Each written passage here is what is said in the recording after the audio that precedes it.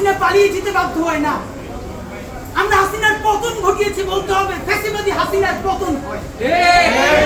পালিয়ে যেতে বাধ্য করা কোনো প্যাসিভ কথা বলা যাবে না, এখানে অ্যাক্টিভ, আমরা অ্যাক্টিভ করেছিলাম, এখানে কোনো প্যাসিভ ভয়েস নাই। বলবেন যে অগণিত পুরো ছাত্র জনতার শক্তি তার পতন ঘটিয়েছে এবং সেই পতনের ফলে সে ভারতে পালিয়ে যেতে বাধ্য হয়। বন্ধুরা আমার, সর্বশেষ কথা বলি, এই ঘোষণাপত্রের রিঅ্যাকশনে এখানে অনেকগুলো গুমের কথা আছে, খুনের কথা আছে, কিন্তু বিচারিক হত্যাকাণ্ডের কথা নাই। অথচ এই ফ্যাসিবাদ যেটা করেছে, বাংলাদেশের বিচার কাঠামোকে জাহান্নামে পাঠিয়ে দিয়েছে।